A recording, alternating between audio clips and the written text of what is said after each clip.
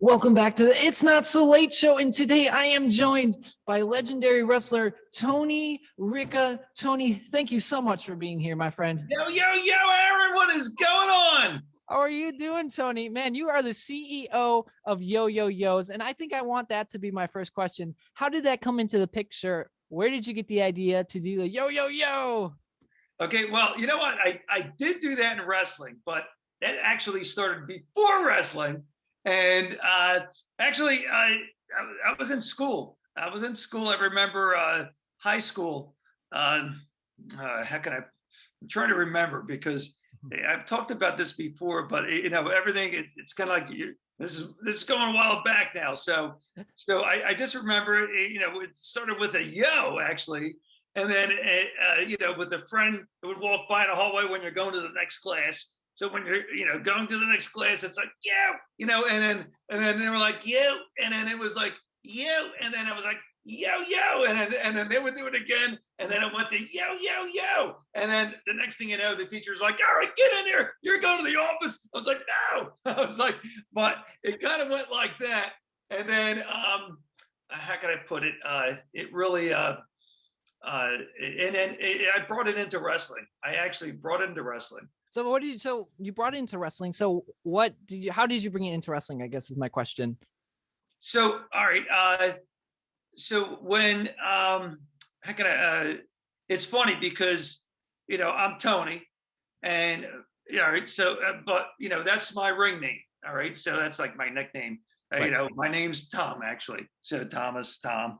So really, the funny thing is that, there were some misprints, like in papers, and first it'd be Tom, then another time it was Tony, and it kind of started. It was funny because sometimes I would be called Tony, even though I was like, it's not something I would. Hey, it's Tony, because sometimes I hear Tom and I'll turn my head. Yeah, I hear Tony more now, so I turn my head a lot.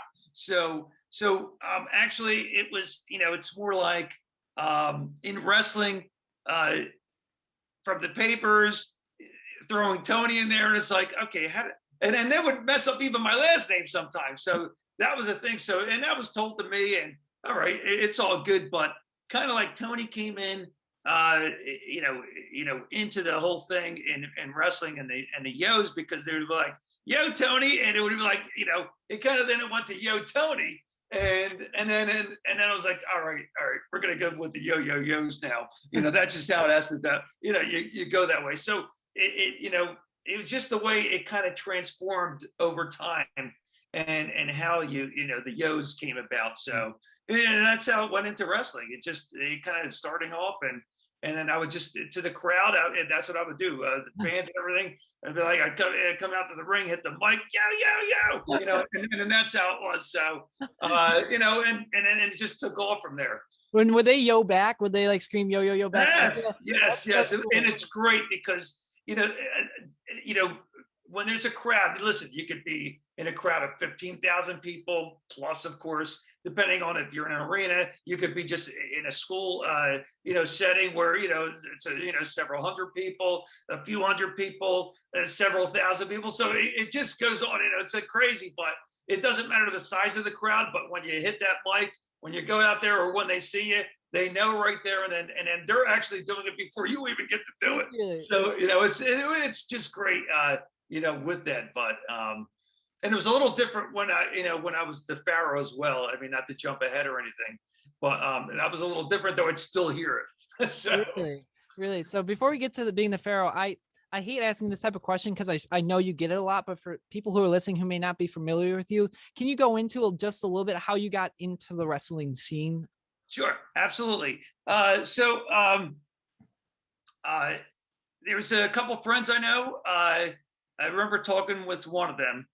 I talked to one of them, and really, I was congratulating them on, being, into the game. I mean, it was something big, and actually before that, I was, a Taekwondo champion, and it's funny because of how this kind of went. Because talking with one of my friends there, after congratulating him and all that stuff, you know, and he says, "Hey, you know, you toughen up, you know, you come in," and it was, you know, for a tryout, you know, I'll get you for a tryout, and I was like, you know, I was kind of like thinking about it because I used to watch it as a kid, Right. and you know, but you know, it wasn't something where you know, I thought of actually doing it. You know, it was, but you know, when you're a kid, you know, you want to be, you know, you want to catch the, you know, the touchdown to win the Super Bowl, you know, hit the home run to finish the game in a World Series. So you know, but and in wrestling, it's like, oh yeah, you know, you're a wrestler, but yeah, as a kid growing up, you know, it's like when you're seeing all these different things, it's kind of like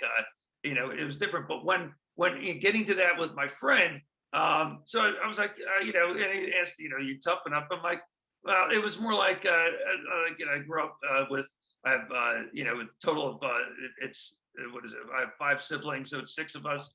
I have 1 sister, but anyway, and it's kind of like when I grew up, it was like it was a little different, you know, than it is today. So that you know, it's funny because my brothers, they would just, you know, walking down the street, going heading to work or whatever, and they would just throw me. They're like, "Okay, you two are fighting." I was like, "What?" I was like, "I don't want to fight." You know, I wasn't looking for that. That's just how it was then. And you know, the thing was that, you know, all right, you fought, you shook hands, however it was, but you know, so the thing was, are you tough enough? When I was asked that, I was like, well, I grew up, you know, it was a little Right. different. And then even though I was a Taekwondo champion, that was the best part. My friend didn't even know it, so it's nothing that I, you know, if he read it, that's one thing. If he didn't, I wasn't talking about it, you know, so it wasn't one of those things. So went from there. Then I got a tryout. You know, I went to a tryout, got through the tryout. Then the trainer actually wanted me to continue, you know, basically sign me, and you know, there's all these different things that go on, and not to, you know, you go too far into it, but and that's kind of how you know, wrestling kicked off for me. So I have to say, so one of, you know, it was a couple of friends, but one of them that I was talking to, you know, we went there, you know, got the tryout, you know, Right. the trainer wanted me, you know, and then it just started taking off from there. You know, so Interesting. So you're saying that when you're a kid, you looked up and you aspired. So when you got, you know, to your first gig and you walked out that first time, what was that moment like? Given that you looked up, that's what you wanted to be. Did you have that like aha or like that I did it moment? you know what, it was, you know, it, how can I put it, coming out, because you know, the first time I did come out in my first match, going back to that, I'd have to say, and it's funny because, you know, that's one of the first times I'm asked this. Really? Yeah, yeah, and I'm glad you did, because you know, I'm trying to think back to, you know, that feeling, because it wasn't a large crowd, so there was a few hundred people, so it was a small show, and yet uh, actually going there and coming out to the crowd, it felt really good. It was like, um, I, you know, I played on stage with music before and different gigs, you know, and you know, not to get into that, but so I've felt crowds before, and you Right. have these little jitters, you know, that Exactly. Exactly. you know, before that. So it's all good because that's just how it is. And but it was kind of exciting, you know. I didn't think about, oh yeah, you know, I did it, because I did do Taekwondo. Then it was funny because, it was just different things, and that's a really, really competitive sport, Taekwondo. But wrestling is a whole nother monster, and it's different. But the crowd in itself and all that, you know, when you start feeling that, it does make you get goosebumps and all that stuff, you know. So it does. It's a good feeling, but yet yeah, it was something. Yeah, not a aha. It was more of like, this is great. Yeah. The idea was, it was more brought fun into the whole thing, even though you have a job to do. Yeah. So Right. so Right. that's So kind of what it is. were you known as the Pharaoh during that first match, or was that something that came about later in your career? Yeah, that was later. Okay. Actually, that came in later. Um, Actually, that first match I did, I was part of a tag team. You were. Uh, Okay. we were called the Hamilton Hitmen, and then following that, I was just in the Hamilton Hitman. Okay, in where I was from, Right. and and of course that was just the start, a start of it, just getting me out there. Uh, and just followed through with that. It depends on the promoter what they wanted, Sure. and then moving from there, and Tony followed with the whole thing, even though it was like even as the hitman they were calling me Tony, so it was just funny, with that. So So for those who may not be familiar with wrestling, what is a tag team, or how does that work? Since you're talking about promotion, I don't know if this is something you want to go into. If not, we can change the subject. But can you talk a little bit about how that works? Because you and I, we've had a conversation before, and I think it's really, really interesting. And if we can maybe bring that in, I'd like to. I don't want to open the crate all the way here, but maybe just peek in a little bit. So can you talk about how that works and how you're assigned different roles and how it works? yeah, absolutely. So all right. So the promotion. So basically, well, you have your trainer. Your trainer teaches you, and that's typically like going to, in wrestling, it's like stunt school.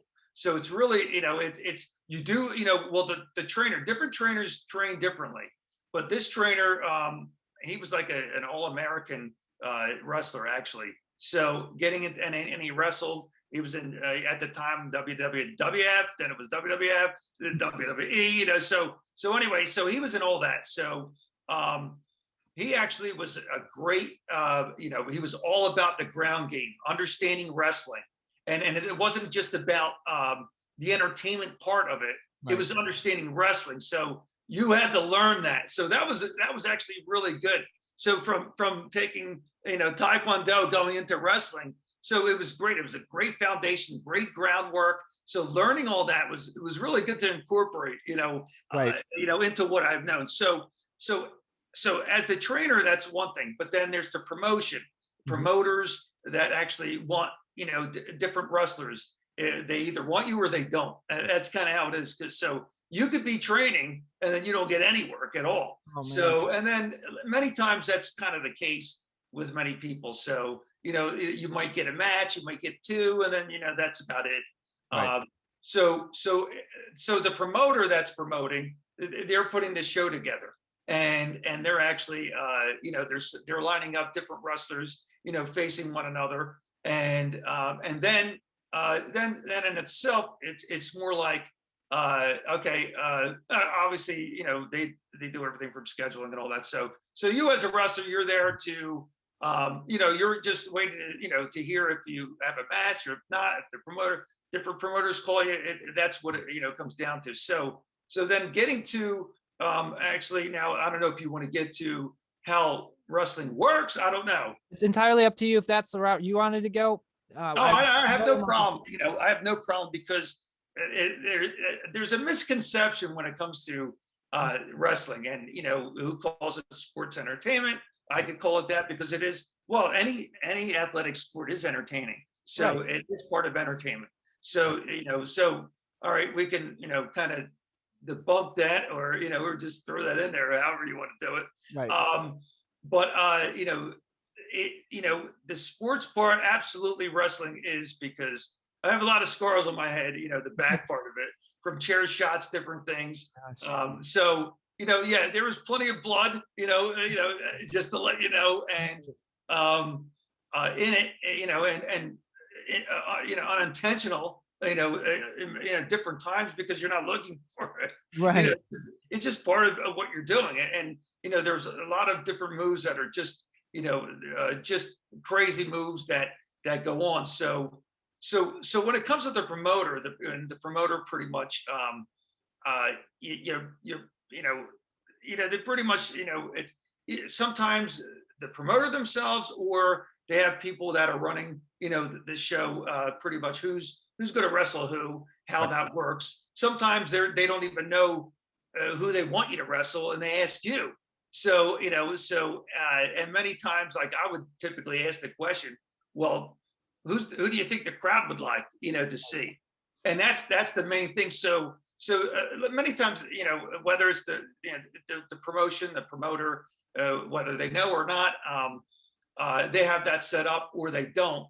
But usually, so when they do, so again, going back to, what, the misconception is, people, many people think this, it's choreographed. Right. And it absolutely is not. I'm going to tell you, totally, it is not. I mean, parts of it. I'll tell you, there's like, so if you're going to wrestle someone, typically you're going to talk to the person very little, and there are many times that I've wrestled, I didn't even know the person. Wow. So unless like you're contracted and you know the people, there's nothing more that you need to know other than that you know how their finishing move works, Wow.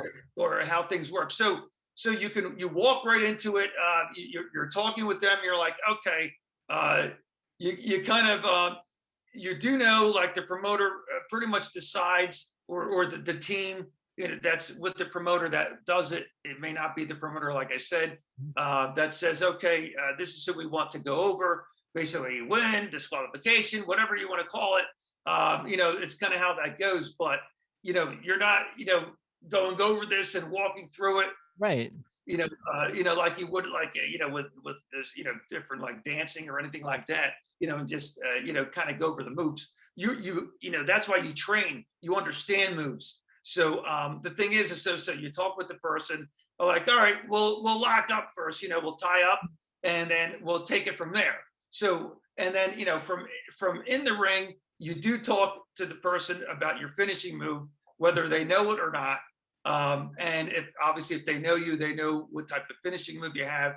It's just that, hopefully you have to trust each other when you're wrestling, right, when you're, got training with each other. And how would, like, that communication there, how does that work? How do you communicate? Are you physically just talking? Are you doing maybe hand signals or body language? I'm glad you brought that up, because that's the part where it comes in, because you're not going over this, like I was saying. You're not practicing it in the ring with a person. You're not like in the back room. All right, we're going to do this. You're not going to remember everything if you have a half-hour match or something. It just doesn't work that way. And remember, like, when you're in the ring, okay, you could be in there a couple of minutes and you could be so conditioned. It doesn't mean you're going to, you need that little rest period. And when you're tying up, it's great because you can rest a little. And then when your heads are kind of locked together, you could say, okay, I'll whip you into the ropes, go ahead, if you have some, That's actually really interesting. No, that's really interesting that you communicate, because I think that's something that people don't realize. They, like you said, they think it's scripted. So you were mentioning like chair shots or something. Do you know that they're going to do that, or do they say at some point, like, how does that work? Or is it completely like they whip out a chair from behind, you're like, I had no clue that was there? Well, sometimes, depends on the wrestler. And if you know who they are, you know what they're doing. Okay. So if they're a heel, the bad guy, they might do something, that's not, it shouldn't be. And, they get away with it. That's how it works. Right. But, as the face, the baby face, they call it, the good guy, typically you don't act that way. And, but, it could change. And what happens is that, so say a chair shot. So you might know the person might say, all right, listen, I'm bringing a chair out just to let you know. And it could be a table, a chair, whatever it is. Wow. You kind of know what's going on. So you don't have to discuss it. You just kind of, once you're in the ring, you know what's going on. So it's more like there's signal. Then there's certain signals and body language that you see that's going on from wrestlers. And it's very fast in the ring, very fast. So, I've mentioned this before. I teach students, I've taught many students this. There's that, people, when they're whipped into the ropes, sometimes you'll see them hold on to it. Now, sometimes it's just part of what they do, or sometimes they just missed a signal, or they didn't hear something, because when they're whipping you, they're telling you maybe a couple moves that they want you to do. And so really it's if you get it or not.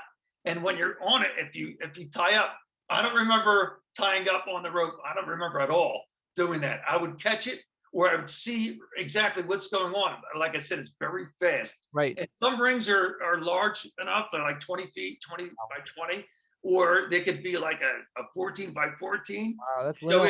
And so that makes it much faster and less space. So really, if the person's that much larger, so there's less space for, to work in.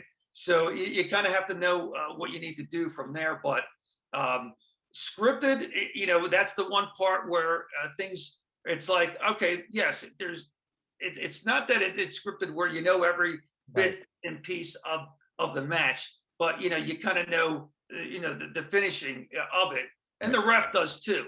The ref knows pretty much who's going to do it. Now sometimes there's just been there's sometimes you'll get that little twist where it kind of changes because it's kind of sometimes the crowd can react differently. And it's funny because I had wrestlers even say, no, I don't remember that. Well, they've never been in it. And I'm talking some really, some big time wrestlers. And it's like, well, you never ran into something like this, but what happens is the crowd could change. Okay. And then the next thing you know, the promoter's sending another signal out basically to the ref, and then the ref says, hey, here, we're gonna switch a little thing up, and they try to get it to you real fast, but they very little communication, but you have to know what's going on. So if one person say was going to do the pin or the win, it might be a DQ called or something and changed up because of maybe what the crowd's doing, and that's not really always the case. Because typically it's pretty much set up before, but it's happened like that. So I've been in that, and being a promoter, I've done stuff like that before because you see the reaction of the crowd. It's like, okay, there's a different direction. We want to make sure they get into it even more, and that's the idea. And so nothing but great fans. That's what you want, and they really are. So I have to say, from my experience. And I think that's too how it's an entertainment, right? In that it's a physical sport. You are physically wrestling somebody, right? That is physically a sport, right? But I think instead of the word scripted, I think it's maybe more outline, right? Like when you're writing a paper, you have an outline. Doesn't mean that's word for word what's going to happen. You might switch things up. You might change the introduction. You might change the conclusion. So I think almost a good word for how this works is almost like an outline. You have like a ballpark range of what kind of needs to happen. But so I do have a question. What happens if maybe you miss a cue that's like very vital, maybe like an ending cue, like, or a pin, and let's say you were supposed to be the one that wins, and then they pin you and win. Has that happened, or can that happen? Well, I've never seen where, like, I've heard this, where like somebody got knocked out, in the ring, and there was nothing they can do. So whether they either stop the match or they put the pin real fast just to get, just to finish it, and then they take care of the person. So I've heard stories like that, and I've never seen it myself. But basically, it really it's one of those things where it's like, okay, like doing a moonsault, so facing the crowd, flipping backwards, pinning your opponent. So if typically you body slam the guy right in the corner, that's how I would do it, and they're right there, and so they're there. But sometimes whether you did some moves and they're right there in the corner, so you're going up for a moonsault, you kind of let them know you're doing it. But if they're not there, it's like, all right, well, it's not, you kind of flow with it. Say, okay, I'll just do it. They're not there, and I land. It's like, oh, it's kind of like, it's more like, all right, you miss it. The guy jumps on you, tries to take over the match, but you still have to go from there. Right. And you kind of don't miss the finish, but it's more of making sure you finish it right. But it's not always the case, because I can tell you when I first did the moonsault, there were only a couple people that have ever done it, really? And they weren't doing it right, and they would hit their head every time they flipped. Oh. And I used to see, I was like, it's like, and then I actually went to gymnastics and was trained to actually learn the move before I got in the ring. And the first time I ever got in the ring to do it was actually a real match. So I never even practiced it in the ring. Really? And how did it end up? How did that first time in the ring? It was probably the best I've ever done it. Really? Yeah, I can tell you, I've done it so many times, but it was probably the best I've ever done it.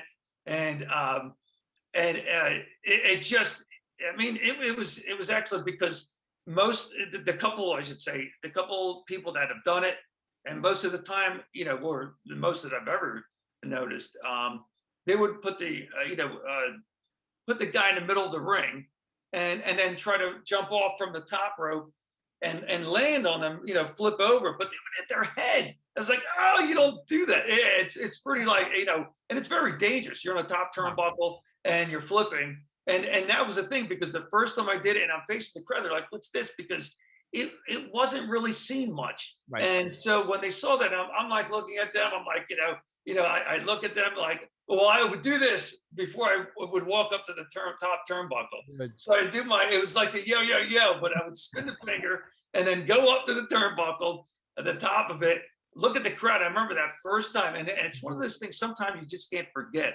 like certain things. But I remember the first time I thought to myself, what am I doing?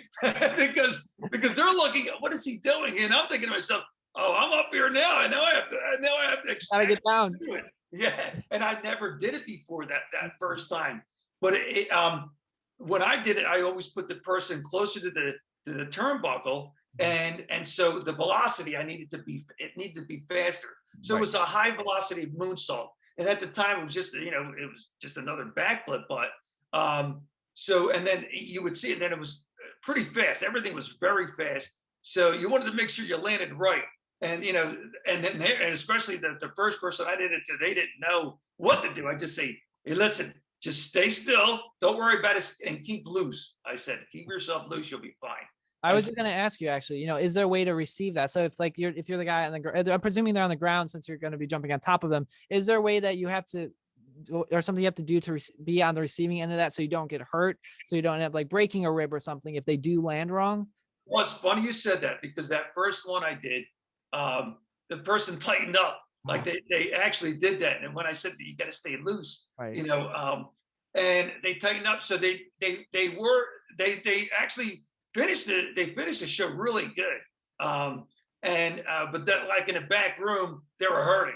And though when I landed, it was just making, they didn't need to, just tighten up, stiffen up that way. But, then they were all okay after. But that was the thing. It was one of those things, so I would tell people, they knew my finishing move.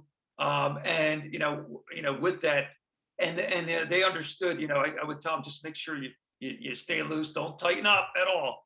We want, and keeping yourself, both you have to, like I was saying, it's more about, feeling, safe with each other, right. When you're in it, because you don't want to hurt the other person. And you definitely don't want to be hurt from them either. And that happens. Unfortunately, that does happen at different times, because you don't know every wrestler that you're facing. And I've faced so many different ones, it was like, you just don't know some of them. Right. And matches are different. So how many, if you were to ballpark, I'm sure you don't know the exact number, how many wrestlers would you say you've been up against in your career? It was quite a few hundred, probably. Wow, that's really, now, so I believe you were undefeated. Am I right? As a Pharaoh. As the Pharaoh. So how did that work? What was that like? Being I'm not super familiar with the wrestling. So is that like a year's worth of time or like a season that you were undefeated for? Or was that your entire time as the Pharaoh? As the Pharaoh, yes. So I believe I started the Pharaoh was in '92. Okay. So 1992. And I've never retired. And I usually tell people that, it's funny. I might be a former wrestler for a certain company, but, so people will see that, former, whatever wrestler, whatever it is, it doesn't even matter whether it was WWE or this organization. So, but I'm still a professional wrestler. So I've never retired. And so as the Pharaoh, I've never lost, a match. So someone calls me up, a promoter, and they want the Pharaoh, and they're looking for that. It really depends on it, because it depends on what they're looking for, and of course it's the Pharaoh. I'm older now, but the thing is that so it's a little different. But it doesn't mean I won't go to the top turnbuckle and flip, because I have no problem doing that. Just have to get back in the game on that one. So gotta get the practice room. Exactly. You really have to practice on that, that way.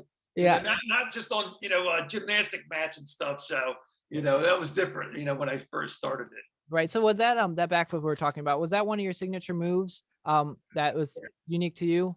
Yeah, as the Pharaoh, yes, it was called the Sphinx. So that's what I did. So it's kind of like everyone knew it. It was So I was told from like the top companies, make sure this guy always wins. That's what they wanted. So it's funny because I did have this one match where it was it's called the First Blood match. Okay. Okay, and so the person, my opponent, basically was told, they were actually going to bleed. So first blood matches, you bleed first, you don't win. The other person wins, of course. So then the person said, "No, I'm not doing it." Really? And so it was actually the promoter got in on it. It's like, no, it's going. It went back and forth. They're like, "I'm not doing it," and then I went up saying, "I'll do it." I said it. I'll do it. I don't care. Wow. And it doesn't really matter. No, you cannot. You have to win, and that's what they were saying. I was like, well, there's other ways you can work that out. You figure that out. Right. There's other ways. So it kind of, that match, I believe, went on that way, and then it was like called one way, and then eventually reversed. So I won. So Wow. that's kind of how it went, because it was just, it was that way. The person didn't want to do it, but I didn't want to, like, the fans knew who I was. I was wrestling. It just went that way, and it really, I wasn't there to disappoint anyone. Right. And and it wasn't about the other wrestler either. The other wrestler just didn't want to do it, and that was fine. That was up to them. But I didn't want them to go back and forth. I said, I'll do it, and then the promoter just didn't want me to. But I said, well, figure it out. There's a way. There's a way to, obviously, if I'm supposed to win, if that's the way you want it, then that's how it is. I don't have a problem with it. But so, and that was, again, it was reversed then that way. And it's funny because, sometimes you run into, I've run into different wrestlers, and sometimes we'll talk about things if we remember some of the matches, because you don't remember everything. Right. But, you've wrestled them, but, it's fun talking with some of them sometimes. So That's really cool. I do have a question. So, like, contract, right? I know, like, since I think a lot of people don't realize is that you're not necessarily contracted as an athlete, as you are more so an entertainer. From what I'm understanding, right, and from our previous conversation, no, you're an independent contractor. You are. So that's how you're contracted. So they can have a contract, from a company, and there's certain guidelines in this contract, but you still are an independent, basically an independent contractor in wrestling. Okay. Okay. I can only tell you from the years that I've done it, and I still put together stuff today. Like I founded Women's Championship Wrestling, but not to get into that. But anyway, it's things like that. It's kind of you understand what's on the business side of it, what on both sides of it. As a wrestler, most wrestlers aren't they don't own wrestling companies. Some people do. And I would tell you this, I'll just tell you straight out. They may not understand everything about it. And there's a lot to know, about on the business end of it. And only few have been successful in it, of course. Right. And unless they have a lot of money thrown at them, then they can continue. But, you could see it for what it is. Right. So there's a couple successful companies that are out there. And it's great to see that, because, that's how it is. But as what you're asking, yeah, you're an independent contractor typically on that end. If it's changed in some of the companies, they might have changed some of the things. I don't know, but I haven't seen it, myself that way. And so the reason I prefaced with that question is because when you were the Pharaoh, you're an independent contractor. Now, in your contract, was winning like part of the contract, that you were to win all the matches you faced, and then if you didn't win, you would face repercussions? Or is it just more so that the role of Pharaoh just kind of involves winning? Well, okay, so all right, contracts can be from companies that want you exclusively, okay, for them. And then sometimes it depends on the contract. The door's open to work for others as well. Right. So, whether you have permission, you don't have permission, depends on what's in the contract. So everybody's contract is different. So everyone you ever heard of or anything, you don't know what's in their contract. You might hear, like today you hear about everybody's contract. When I started, contracts weren't even talked about. They were rarely talked about, if anything. Really? So you really didn't know much, especially in wrestling. So it's like, who was contracted, who wasn't? You don't know. Nobody knows. And mostly you don't give that information out, but you kind of, obviously, what you're contracted to. Right. So independently, every company, every wrestling company is still independent. It's an independent wrestling company. Okay. So everyone is. But the thing is that, one might be, far really up that ladder, as a company, very superior company. because of they've been there for so many years. But again, they're an independent company as well. Because wrestling's wrestling. That's how it is. So it's not a league. So that's just how it is. And so as the Pharaoh, I wrestled independent. I wrestled independently for different people. It wasn't just about a contract. It was making sure that you were there, this, that, the other, whether, waivers, this, that, certain things that you do sign, whether it's a contract for that match or different matches. So that's kind of how that is. But, there's no insurance or anything like that.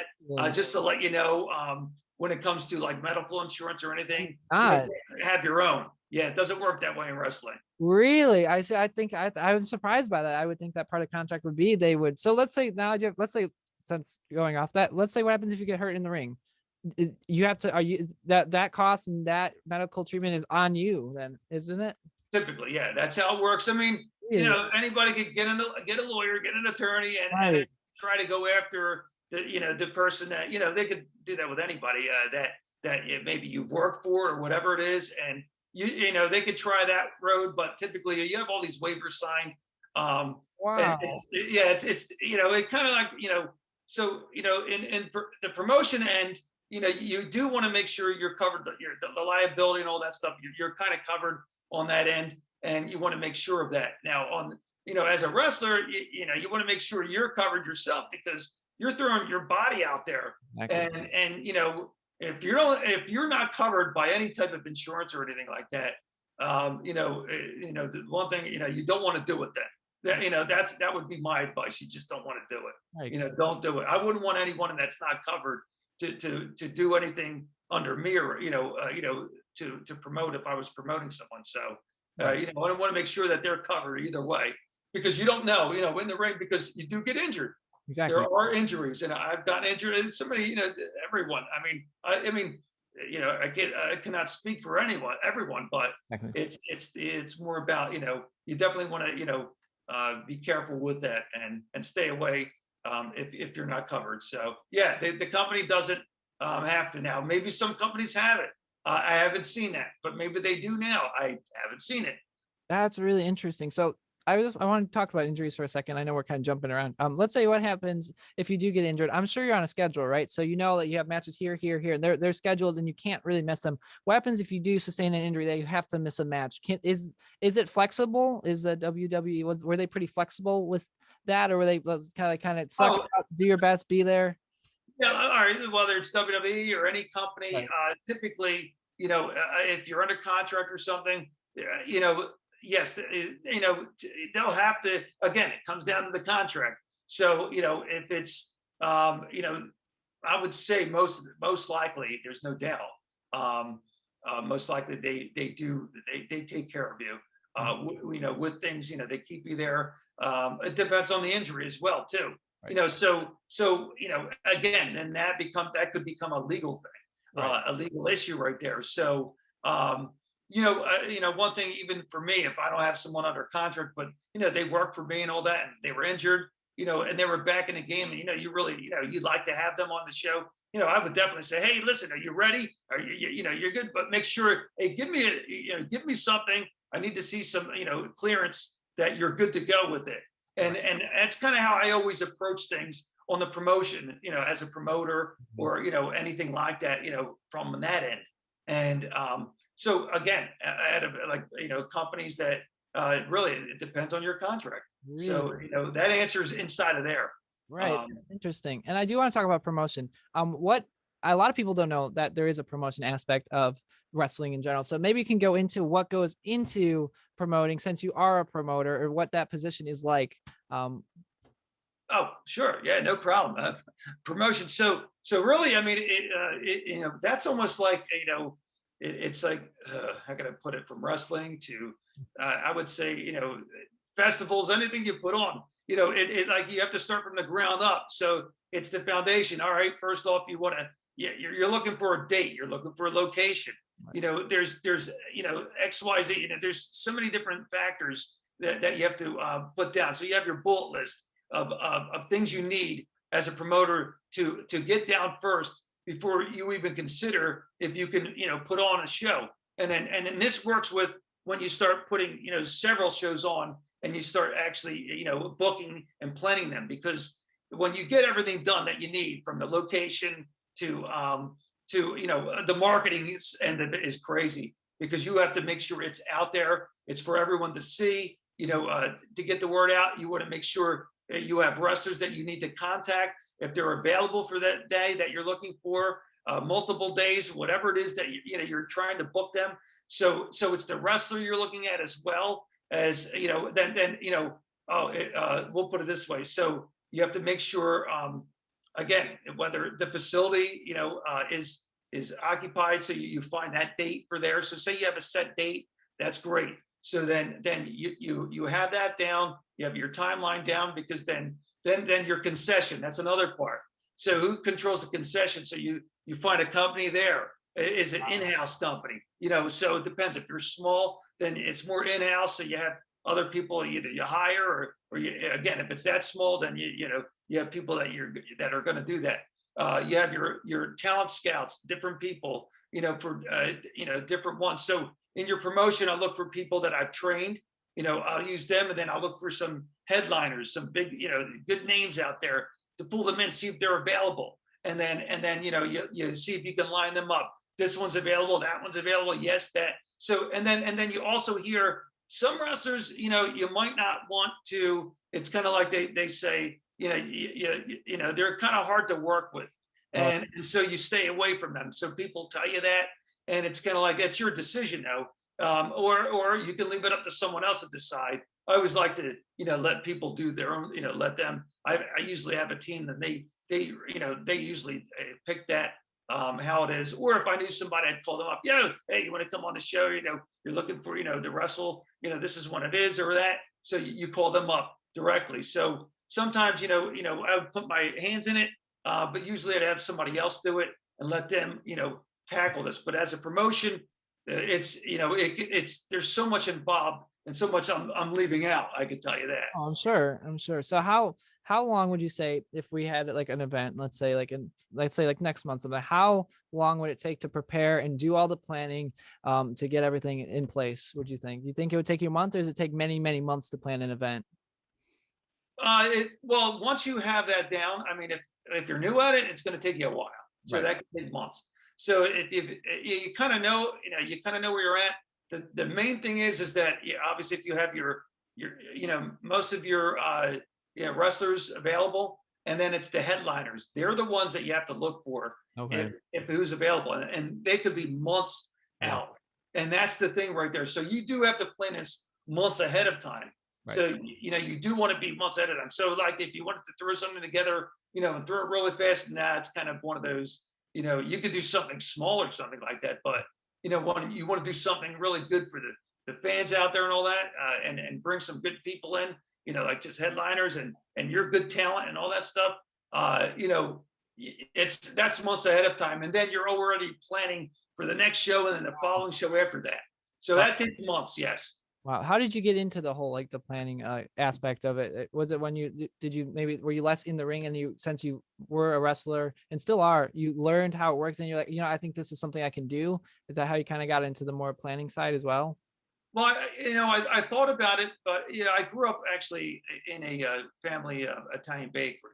So growing up, as a kid and seeing the business, just the business and what you needed to do, Right. how to market. And now it wasn't wrestling, but it wasn't like wrestling. But the business side of it, I grew with it. Right. So and as a baker, basically, it was kind of tough because it was a 24/7 business. Oh yeah. And there were no, there were, as I was told, there were no shifts. So it was kind of like you worked a certain time, and somebody called out. You might be the one obviously working that shift, or I should say that time frame, or Right. whatever that for that department. But yet, so I kind of like took so much from there, and then family had gotten into real estate, Okay. and I started seeing the real estate side of different things, and it was that was a crazy whole thing too.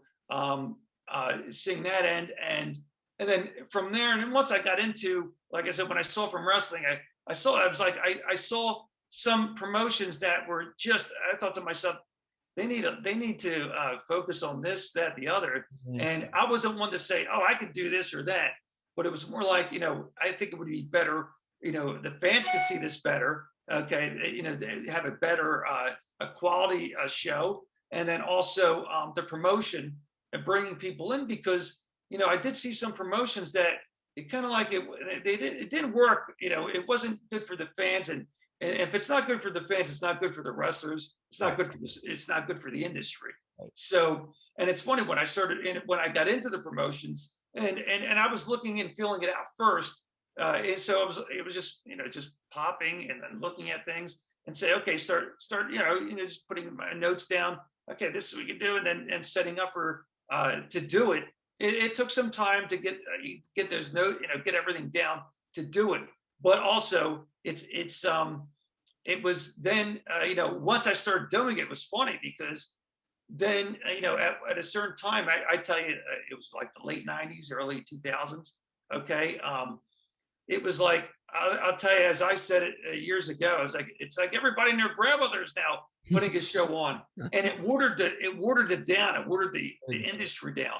And so it was like, I remember people calling up, hey, listen, hey Tony, I'm putting a show on. You were just there, but we're looking at, we're gonna put it on. I don't want to step on your toes or anything. And I was like, I was more like, well, do you think it's a good idea? It's more like a question I'd ask, because, and they're like, well, no, people are asking for it. I said, they're asking me to do a follow-up like a month later at the same location. I said, that's not what you do.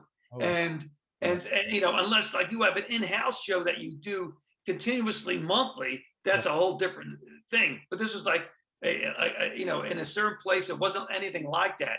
It was actually an outdoor place. And so when I was asked that, and then when I asked, are you, do you want to, do you think, it's a good idea?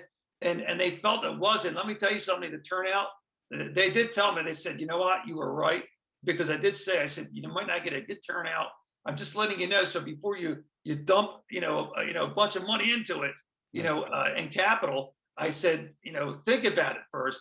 I said, but that was a thing, because it was a new promoter or somebody coming in. It was like, promoters are like, you could just pick them, off of the tree, like there were leaves, or, and it was like, they were everywhere. It was like, oh yeah, these are the people that, I would tell, like the people I've trained not to, be careful of falling into that. I wouldn't tell them you couldn't do it, but I was like, if you're going to work for me, or under this company, basically under this umbrella, you start working for so many different people, you might not get called to come here, just letting you know.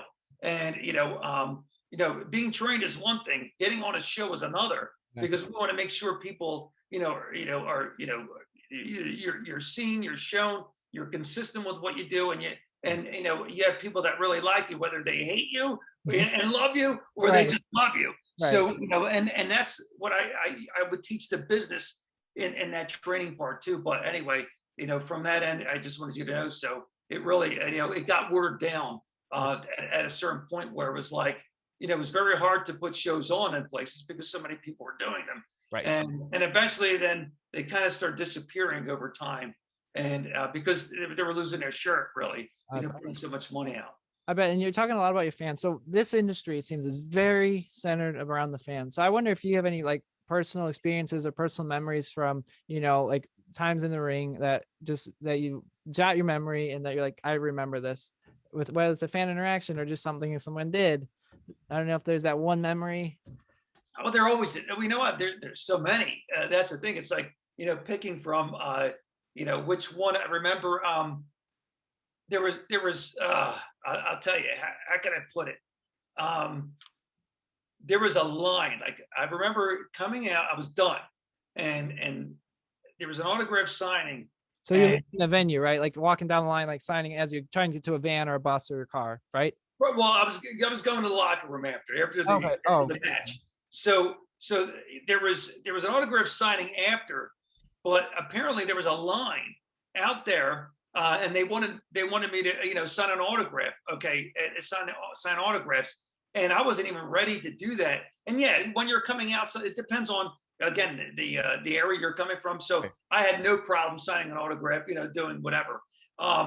so I remember one time it was just so enormous. This line was crazy, and I'm you know I was like it was just unbelievable where it actually you know, how can I put it? I was just like I was kind of like I was kind of like just I was amazed that it was the the amount of people that actually was waiting for the autograph. They weren't waiting for the signing later on after the show. Really? And so I remember going out there and then you know and then even taking photos too. So signing autograph, taking photos, Right. and which you know it took a lot longer than it actually the show was done. It ran into where the autograph signing went into, and it was still going on. And I wasn't able to get to the autograph signing until later. And but you know what? It was they were okay. The promotion was good with it, Right. and that was good. So that it all worked out because it brought you know joy to the fans that went there, and it helped them out as well. And to me, I just like seeing it because seeing the smile on you know just so many you know people's faces. It's just you know it just you know it's there's you know it's kind of one of the best feelings that you can have. Right. I Is that mean, one of your favorite parts about, what you do? Is that just as the moment people come up to you, they want an autograph or they want to talk to you, or they're like, oh my gosh, we love what you do, or we just saw your match. Like that was great. Is that what kind of motivates you sometimes? oh, it's a big motivator. A big motivator is that it's when you get into the ring, the crowd is cheering. Okay, whether if I was a heel, you know, the bad guy at the time, and you know, it's funny. It depends on who you're wrestling, and then they're like booing you or whatever. But you know, so you're it's but it's getting them. But you know it's the crowd and it's what they're doing. But typically, it's like when they're cheering for you. Oh, the electric that's in the whole area. It's you know like when I was telling you about goosebumps and all that. I mean, that's what it's like. And it is, yeah, when they're coming up to you, oh, you know, hey, Tony, oh, you know, we're the Pharaoh, or whatever it was. Oh, hey, it's kind of just, it just, it was more of, you know, it's kind of like you could take you know, a piece from here, a piece from there, and you know, that's what it's all about. That's what keeps you going, keeps you, you know, just doing things like, you know, just, you know, active in it. Because you know, I have never retired. I don't, you know, to retire is like just saying, okay, you're just, you know, you're walking away from it. I would never want to walk away from my fans, you know, but yet it doesn't mean retiring you do. But the thing is that you're still involved and you're still there with it. So, Do you still get recognized a lot, or would you say you do get recognized often in public? oh yeah, absolutely. You know, and it depends on where you're at. I mean, Right. COVID kind of like, you know, obviously it's kind of been a little tough with that. But, you know, prior to that, oh yeah, it depends on where you're at.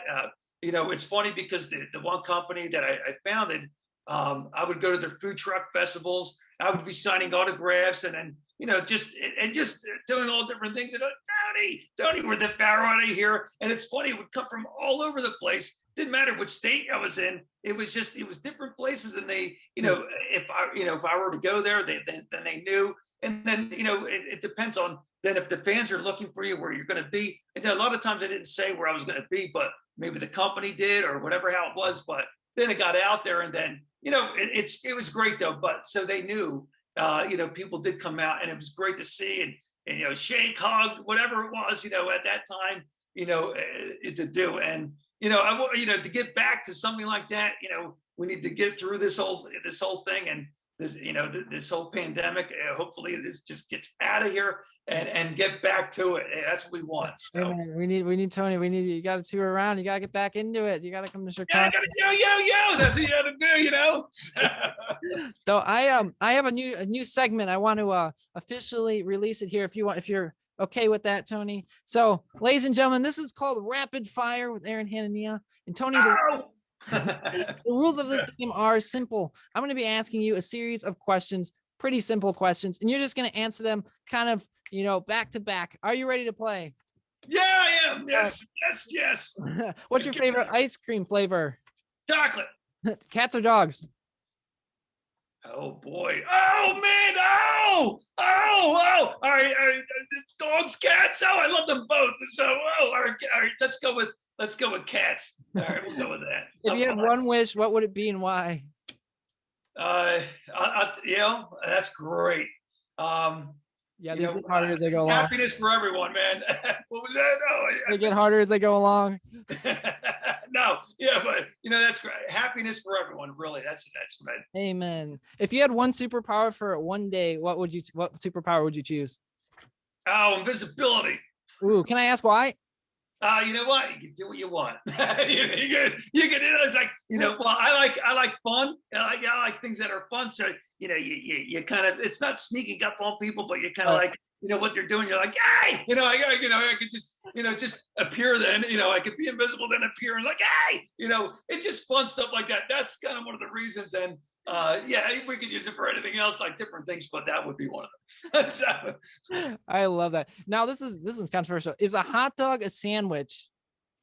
oh, whoa! So without the bun, no. Do you have any hidden talents? Yeah, yes. What are some of your hidden talents? Well, I don't know. Are they hidden? I don't know if they're. Well, I guess. All right. If if you only know me as a wrestler, right? So I'm a musician.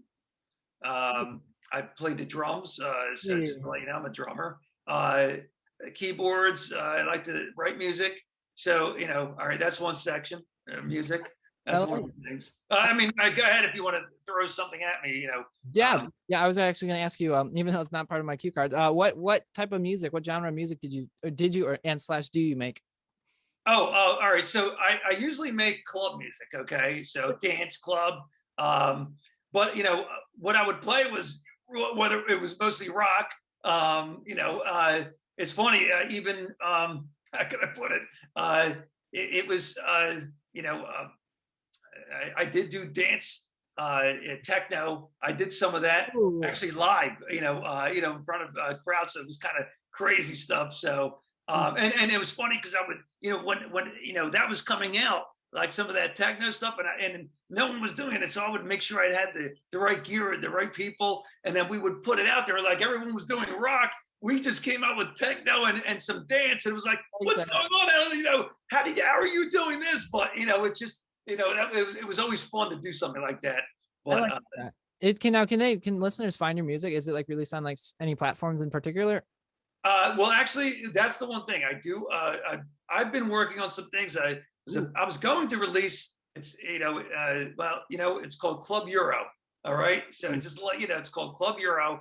I was going to release it, several years ago, but I said let me hold back on this one because I might, it depends on.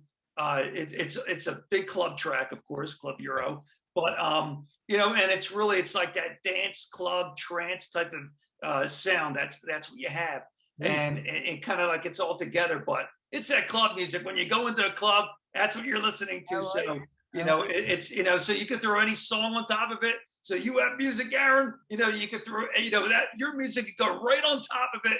And then it depends on the DJ that's mixing it, and they can really make it work. So I'd like to finish it this year. I don't know. We'll see when it comes to that one on that.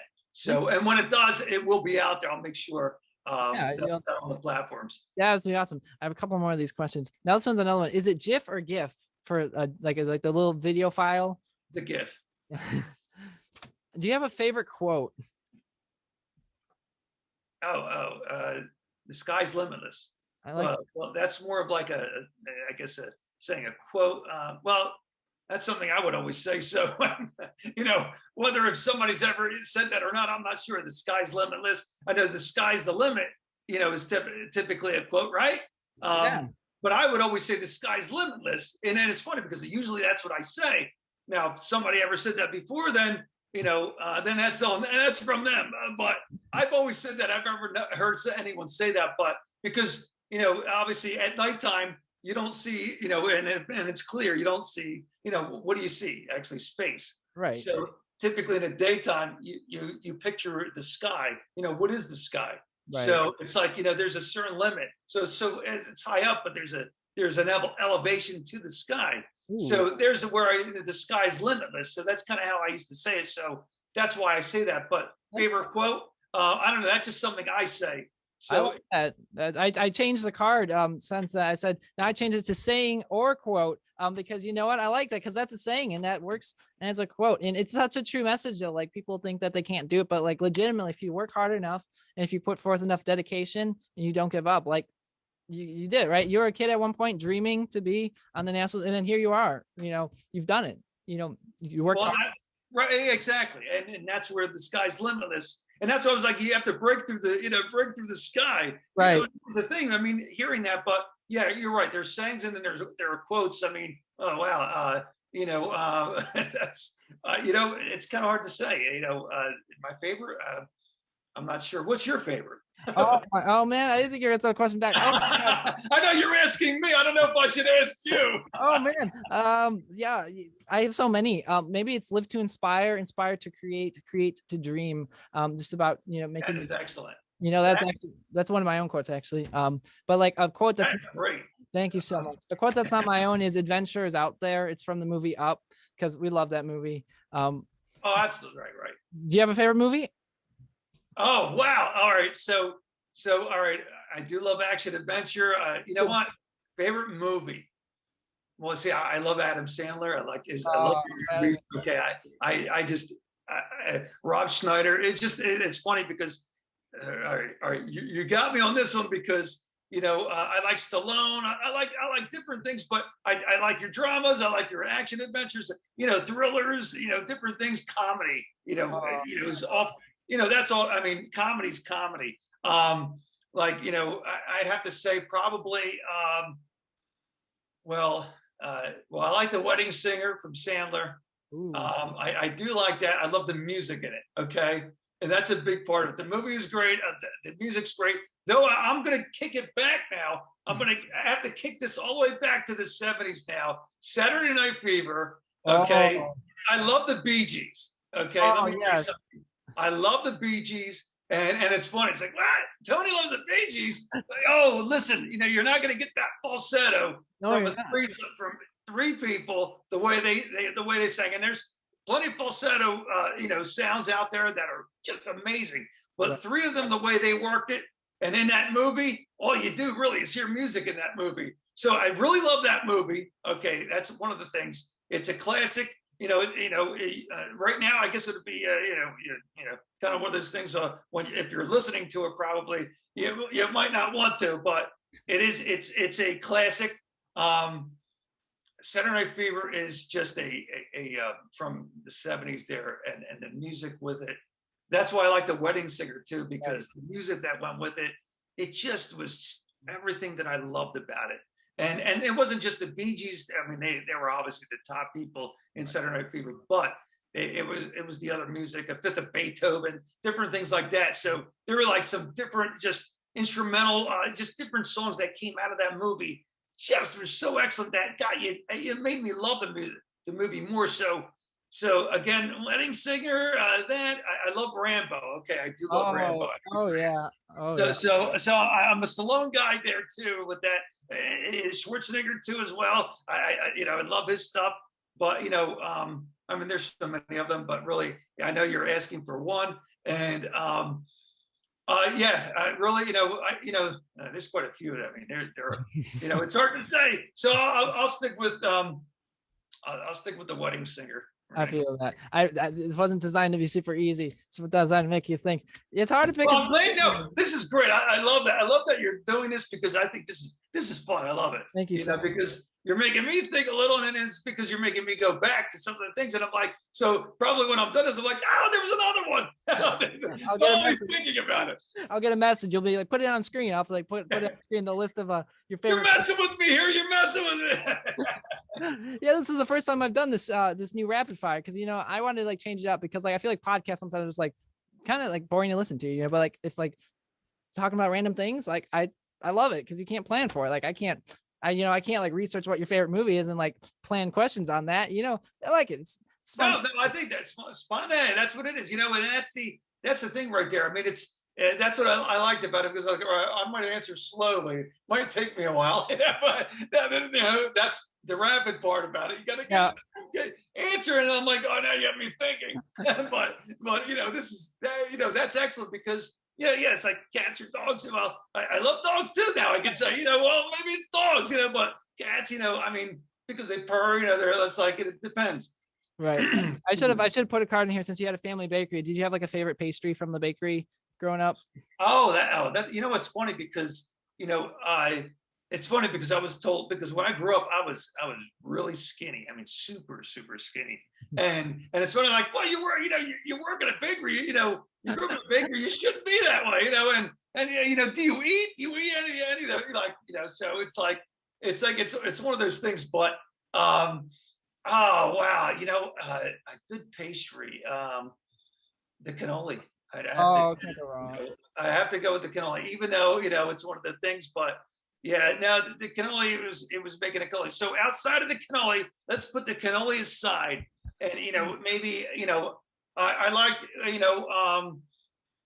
I did like the Danish. There were certain types of Danish we would make. So even though it's an Italian bakery, it's just the way you make it. And we made donuts. We made, you could, the hamantash, everything you name. We made so many different types of, cakes and pastries and, different products, cookies, you name it. But I have to say, like a certain, like a Danish, and a nice apple cinnamon Danish, really, really good. I have to say, I have to tell you, because if you don't make them right, then you don't want them. You just don't do it. But you made them right. It's like a cannoli. I always say, you don't make it right, well, then there's no sense of making it. But if you like it, hey, it's all good then. So, I feel bad for all of our listeners now, because I guarantee everyone now is gonna like want to go to a bakery and get some food. I know I do. I know now I'm hungry, man. You're catching me before dinner too. Well, go get your pastries. Hey. Whether it's a Danish, well, it's one of those things though. But oh my God, this is making me. There's cinnamon buns too. I mean, they're great. I mean, it's just how they're. I know there's cinnamon, but we made cinnamon buns. They were different. You peel them off, and even though the cinnamon buns are like really excellent, but the cinnamon buns, we made them differently. But Tony, you're making me hungry. Our dining hall desserts are not like homemade bakery pastry level quality. I want it now. See, now I gotta go to the East Coast and go to a bakery and get myself some Danishes, and I gotta get cannolis now. I'm gonna fly all the way out to New York once this pandemic ends. Go to the bakery, bring some home and save it in the freezer so I can have some for later. There you go. You come to Jersey here. There's so many here. It's funny because New York, right, is like it's like the hub. People think of because they have so many different areas, but it's funny because Jersey, New York, it's kind of like New York City is like probably should be New Jersey because it really kind of comes right into it. But so the city that is, and but like I'm in South Jersey, and it's like there's a lot of like the town I'm in. It's just it's a real big Italian town. Right. So when you're looking at like Italian pastry stuff like that, well, you think of New York, but where I'm at, it's a whole different thing. You're coming into it. Don't even get me started on Carlos Bakery down in Hoboken. Don't even get me started on that part. Oh yeah. Let me tell you something. Carlos, let me tell you something. I mean, I'm so happy for him and his success. It's great to see because you do in a bakery you bust your hump big time. You bust it so much, and to be skilled. Like cake decorating, different things like that. And there's so many people out there, obviously you can see online, that do such a great job. They're just artists in what they do. So, but here's the thing, because you could be a pastry chef or you could be a baker, and it's like, well, what's the difference? So people are like, what is the difference with the two? Right. And really, it's like, well, they should be the same. And so pastry chefs, they can learn a little bit more. Like typically when you go to school, culinary school and all that, you get your degree or certificate, whatever you're going to get. And, as a pastry chef, so you're not getting it as a baker, but typically bakers are like the people, many of the people that have been in like just worked in bakeries and do that much more than what a pastry chef does. It's funny because I've seen pastry chefs we would have come in and, and not new ones, like, people that have been there. And they might have known, like, they had the art, like when it came to that, but even bakers had great art. Like Carlo's a baker. Okay, like, so I could tell you right now, he's a Do you big. know him personally? Do you know I the don't know him personally. It's funny because we had different things. Went back and forth, just hi, how you doing, this, that, and the other. But not personally to talk to. But the thing is that my brother actually connected with him and talked with him before. But it was funny because he's really down to earth and all that stuff. Yeah. And he is a baker. He's a true baker. And whenever we look for people, you do look for someone good, whether they're talented, but they have to know what's behind it. Bakers know, so, and pastry chefs do, but it's like it's kind of getting to know that baker, that whole thing under it. It's a science. We gotta get Vlaster on. We gotta get Vlaster on. It's not so late show. But Tony, I want to personally thank you so much for joining my show. Where can people find you? I know you're on Cameo, you're on Instagram, you're on Twitter, you're on the whole 9 miles. But what is your profile at? Well, all right, definitely. My handle is at Tony Ricca WWE. So at TonyRicca WWE. And then that could be on whether it's Twitter, Instagram, Facebook, TikTok, Snapchat, Pinterest. You go down the line and you can find me anywhere on that, or TonyRicca.com. You can find everything there. There's a whole big thing. Definitely get close and personal. It's a new company coming out. Actually, it's already out now, and I'm all in for it. In on it, I should say, and definitely like for shout outs or anything. One-on-one live. I mean, that's the top app I've ever seen yet for that. So that's the one you want to go to. But find me on there. But definitely go to my website or hit me up on social media. That's what you can do. Hey, thank you, Tony. Before we end, do you have any last final words that you want to say to the listeners and viewers? Well, you know what? Hey, you know what? Hey, keep tuning in. Keep tuning in. Thank you. You do want to get to the podcast here. Okay, hey, you know what? And Aaron, here's the thing. You're great. You're a great host. Thank you, sir. Okay. I just want you to know, and I want the fans to know out there, definitely keep hitting Aaron up here. And one thing is that, what? This guy is a great musician. And he has a lot of talents. And when we talk about hidden talents, that's Aaron has a lot behind it. And but listen to his music, watch his stuff. He's got some great stuff going on. So hey, I'm a fan of yours, my friend. Hey, Tony, you're the best. Thank you so much for joining my show, my friend. Thank you. Take care, brother. Thank you.